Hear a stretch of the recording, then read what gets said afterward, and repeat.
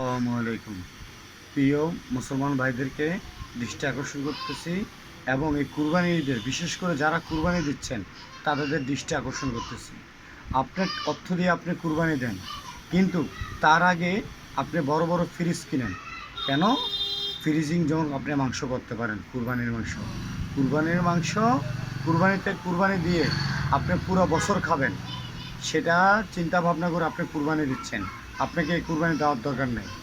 সমাজ দেখানো কুরবানি, লোক দেখানো কুরবানি আপনার দেওয়ার দরকার নেই। তার কারণ আপনি নিজে পাপের ভাগিদার হচ্ছেন।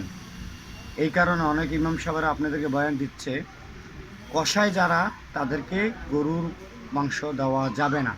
আবার অনেক ইমাম সাহেব বলছে, অনেক সহিহ হাদিসে লেখা আছে, সেটা হলো যে আপনি অর্থের বিনিময়ে তাকে গরুটা দরদাম করে দিয়ে কাটাইয়া ওই ব্যক্তি যে আপনি মাংস দিতে পারবেন। কিভাবে পারবেন? ওর ছেলে মেয়ে খাওয়ার জন্য। কিন্তু এমনও লোক আছে আপনার কাছে কাজের জন্য আসে, সে জীবনও কাজ করে নাই, কিন্তু বাচ্চা আছে দেখে ও একটু মাংসর আসে আপনার কাছে কাজ করতে যায়।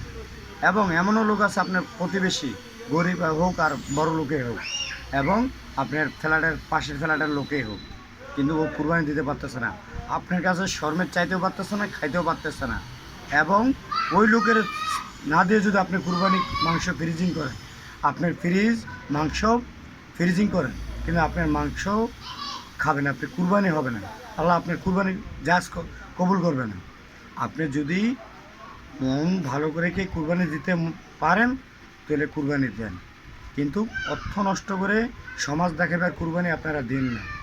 এবং আপনার প্রতিবেশী কুরবানি দেয় নাই, ও না খাইয়ে আছে, সেদিকে আপনি তাকান নাই।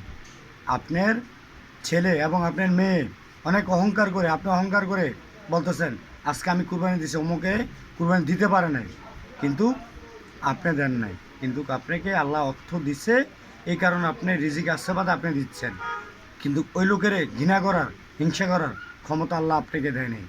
যদি আমার ভিডিওটা ভালো লাগে আপনারা একটু শেয়ার করে দিন।